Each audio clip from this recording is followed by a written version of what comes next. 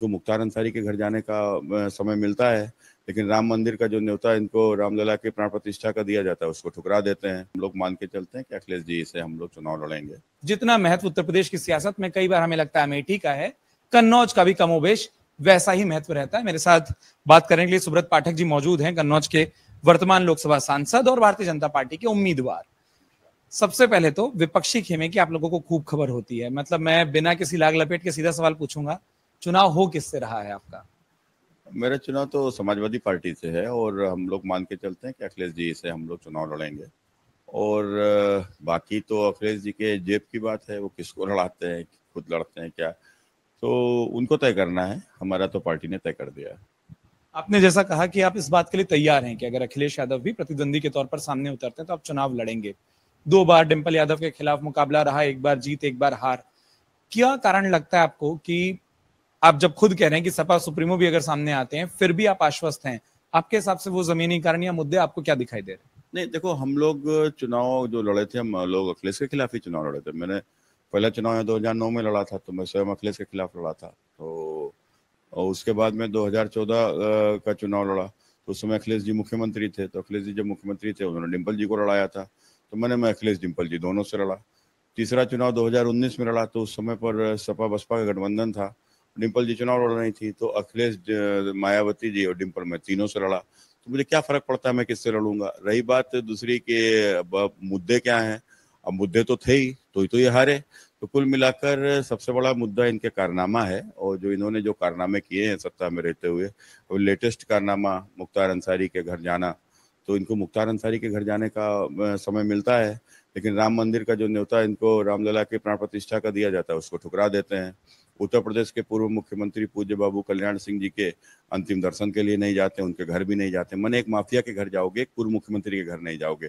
तो जो जिस प्रकार की राजनीति आप कर रहे हो, तो क्या लोग अब समझ नहीं रहे हैं? क्या लोग अब देख नहीं रहे? हर आदमी समझदार है और हर आदमी अपने देश से प्यार करता है। तो कुल मिलाकर हम भारत के भविष्य को लेकर किधर जाएंगे, उससे जुड़ा हुआ यह चुनाव है। लोग सब देख रहे हैं और मोदी जी पे अटूट विश्वास है। सूरज जी, अब कन्नौज की लड़ाई कई बार लगता है बड़ी व्यक्तिगत हो रखी है, मतलब पिछले कुछ सालों में, पिछले कुछ महीनों में हुए घटनाक्रम की बात करें, आपको भी पता है, प्रेस कॉन्फ्रेंस करके समाजवादी पार्टी की ओर से आप पर कई ऐसे आरोप लगाए जो नितांत व्यक्तिगत थे। कई बार आपको भी हाल फिलहाल जो मंचों से कहा गया वो भी ऐसी चीजें थी। क्यों ये लड़ाई सिर्फ राजनीतिक या सियासी लड़ाई तक सीमित आपको दिखाई नहीं देती? आपका उस पर आपका क्या मानना है? देखो, इसका इसका बड़ा कारण है अखिलेश यादव जी की सामंतवादी सोच। चूंकि 2012 में जब वो मुख्यमंत्री बने बाद उन्होंने सीट से इस्तीफा दिया और उनकी धर्मपत्नी चुनाव लड़ी, तो उनकी धर्मपत्नी चुनाव लड़ी, तो उसके बाद वो निर्विरोध हो गई। तो निर्विरोध कैसे हो गई? आज एक प्रधान तो निर्विरोध होता नहीं है। एक लोकसभा का सांसद निर्विरोध हुआ, तो उसके पीछे बड़ी कहानी है, सब जानते हैं। तो कुल मिलाकर किस प्रकार से गुंडों की फौज ने लोगों को नॉमिनेशन नहीं करने दिया, तो कुल मिलाकर वो लंबी घटना है। तो ये सब जानते हैं, गुंडागर्दी से नॉमिनेशन नहीं हुआ, डिम्पल जी निर्विरोध यहाँ से सांसद हो गई। अब 2014 में मैं चुनाव लड़ा। अब जब मैं चुनाव लड़ा तो उनकी आंखों में खटकने लगा। खैर, सत्ता का उन्होंने दुरुपयोग करके जिस प्रकार से चुनाव यहाँ के ऊपर जीता था, वो सब जानते हैं, एक एक जबान पर है। और उसके बाद 2019 में आके कन्नौज की जनता के आशीर्वाद से वो चुनाव यहाँ पर मैं जीत गया। तो अब मेरा जैसा एक साधारण आदमी यदि चुनाव जीत गया तो कैसे बर्दाश्त कर सकते हैं? वही स्थिति है जैसे राहुल गांधी आज मोदी जी को बर्दाश्त नहीं कर पा रहे कि एक चाय बेचने वाले का बेटा एक इतना निम्न स्तर से उठकर आकर देश का प्रधानमंत्री बनता है, जबकि उस प्रधानमंत्री की कुर्सी के ऊपर अधिकार केवल गांधी परिवार का है। तो वही एक जैसी सोच दोनों की, राहुल की और यहाँ के ऊपर अखिलेश यादव जी की। तो वही सामंतवादी सोच कि एक साधारण आदमी आकर मेरे खिलाफ चुनाव लड़कर और जीत कैसे गया। एक सवाल और, जो उसी सवाल का दूसरा हिस्सा था, शायद उस जवाब के क्रम में नहीं आ पाया। पिछले कुछ दिनों में आपने और आपकी तमाम समर्थकों ने एक वीडियो दिखाया था कि समाजवादी पार्टी के मंच से आपके लिए जो कुछ कहा गया, इस तरीके की बयानबाजी या इस तरीके का प्रचार क्यों कन्नौज में हो रहा है, और क्या आप इसको खतरनाक मानते हैं? क्या आप मानते हैं कि वो किसी तरीके से धमकी है, चेष्टा है? आपके हिसाब से आप उसको कैसे परिभाषित करेंगे? देखो, इसको परिभाषित करना एक तरीके से ये धमकी है कि डर जाएं, डर के इनके खिलाफ चुनाव ना लड़ें, तो वही हो। और इसके सिवा तो कुछ है नहीं कि मैंने अगर अखिलेश जी की सरकार आएगी तो तुम्हारा ये हो जाएगा, वो हो जाएगा। तो क्या है कि पूर्व में 2014 का चुनाव लड़ने के कारण से मेरे ऊपर तमाम सारे फर्जी मुकदमे लगाए गए।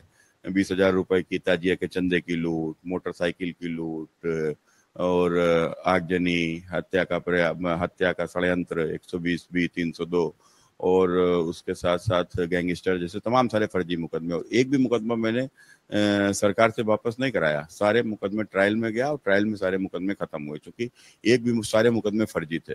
तो कुल मिलाकर ये सब एक षड्यंत्र था जिसके तहत 4.5 महीना में जेल भी रहा, और उसके बाद में मेरे परिवार तक को प्रताड़ना सहनी पड़ी। तो ये सब विषय एक ऐसा था कि जो 14 के चुनाव के कारण ही से तो हुआ कि 14 को उनके खिलाफ चुनाव न लड़ा होता तो अच्छे से चीजें बनी रहती, इनके साथ मिलकर मलाई खाता रहता, जो ये लोग उस समय खिला रहे थे पूरे कन्नौज को, मीन्स कन्नौज के ठेकेदारों को। तो कुल मिलाकर वो स्थिति जब नहीं हुई, 19 में चुनाव जीत गया, तो सब जब चुनाव जीत गया तो पूरा एक कितनी बड़ी चोट लगी होगी। तो मैंने कहा ना कि एक साधारण आदमी इनके खिलाफ कैसे चुनाव लड़ जीत गया, कि उसका अधिकारी इनको, चूंकि विशेष परिवार में इनको जन्म हुआ है, इनके पिताजी एक बड़े व्यक्ति थे, बड़े नेता थे, तो उनको ही अधिकार है कि वही यहाँ के ऊपर पूरी तरीके से लिखा कर लाए हैं कि वही यहाँ से सांसद रह सकते हैं। एक और सवाल जो मैं करना चाह रहा हूँ, जो मैंने शुरू में भी कहा था कि क्यों कन्नौज की लड़ाई को उत्तर प्रदेश की सियासत समझने वाले अमेठी से उसकी तुलना करते हैं, उसका कारण है अमेठी में जब राहुल गांधी आए और चुनावी मैदान में उनको सियासी हार मिली, तो वो अपनी पार्टी में एक महत्वपूर्ण पद पर थे। इसी तरीके से अखिलेश यादव, जो आप मान रहे हैं कि वो आपके प्रतिद्वंदी हो सकते हैं, वो इस वक्त समाजवादी पार्टी के राष्ट्रीय अध्यक्ष हैं। क्या उनको हरा पाना आपको मुमकिन लगता है अगर वो उम्मीदवार होते हैं? तो पहली बात, और दूसरा, फिर क्या कन्नौज के परिणाम को भी उत्तर प्रदेश की सियासत में उसी तरीके से देखा जाएगा? देखो, जीतना और हारना एक तो सब ऊपर वाले का हाथ है, वो जो तय करता है वही होता है परिणाम, यहाँ जनता के हाथ में होता है। तो कुल मिलाकर जनता जो चाहती है वही तय करती है, और जनता का सोच बना हुआ है। और मैं समझता हूँ कि एक एक सीट के ऊपर प्रधानमंत्री श्री नरेंद्र मोदी जी का चेहरा एक तरीके से फोकस में है। उनके कामों के आधार पर उत्तर प्रदेश की 80 की 80 सीटें भारतीय जनता पार्टी जीत रही है। आपने चूंकि पीएम का नाम लिया, मैं सवाल वहीं करना चाह रहा था कि कन्नौज की लड़ाई क्या सुब्रत पाठक बनाम समाजवादी पार्टी या समाजवादी पार्टी का जो आप अध्यक्षीय परिवार कहते हैं वो है, या फिर भारतीय जनता पार्टी बनाम समाजवादी पार्टी है? नहीं, एक तो सीधा है कि भारतीय जनता पार्टी बनाम समाजवादी पार्टी तो है ही है, लेकिन साथ ही साथ यहाँ के बाद ऊपर जो है वंशवाद बनाम और ये लोकतंत्र भी है। तो जिस तरीके से लोकतंत्र पे ये वंशवाद को जो हावी करने का जो प्रयास हो रहा है कि विशेष परिवार में जन्म होने के कारण से ही आपको पद मिलेंगे, तो ये उसके खिलाफ भी लड़ाई है। एक आखिरी सवाल वो ये कि जब जनता के बीच में आप जा रहे हैं, तमाम तरीके के रिएक्शन, प्रतिक्रियाएं मिल रही हैं, पिछले कई दिनों में भारतीय जनता पार्टी ने अपने तमाम अलग अलग तरीके की रैलियों में, प्रचारों में ये कहा था कि समाजवादी पार्टी को टिकट को लेकर बड़ी कंफ्यूजन है, कि जनता इस पर भी कुछ बात करती है, कहती है। क्या आप इस पर कुछ कहते हैं और बात करते हैं? आपके प्रचार के दौरान बड़े मुद्दे क्या हैं जो आप जनता के बीच में संवाद के तौर पर रख रहे हैं? देखो, हमने कहा ना कि सामने वाले को तो हम मानते हैं ना कि अखिलेश यादव जी चुनाव लड़ रहे हैं, तो कुल मिलाकर हम अपनी बात रखते हैं कि हमने क्या किया, हमारी सरकार ने क्या किया, और उसके आधार पर हम जनता के बीच में जा रहे हैं। और जनता का विश्वास हमारे साथ में है, मोदी जी के साथ में है, भारतीय जनता पार्टी के साथ में। तो कुल मिलाकर ये परिवार है, और ये बहुत बड़ा परिवार है, और परिवार संगठित है, एकजुट है। बहुत बहुत शुक्रिया अपना वक्त देने के लिए। सुब्रत पाठक मेरे साथ मौजूद थे, जिन्होंने साफ तौर पर कहा कि कन्नौज की सियासी लड़ाई के लिए वो तैयार हैं, प्रतिद्वंदी किसे देख रहे हैं वो नाम भी बखूबी लिया। अब उम्मीदवारों की सूची आने का भी इंतजार उत्तर प्रदेश की सियासत पर नजर रखने वाले और देश की सियासत पर नजर रखने वाला हर कोई कर रहा है। जैसे ही वो सूची आएगी और तमाम जो अपडेट होंगे वो भी आपके बीच में लेकर आते रहेंगे।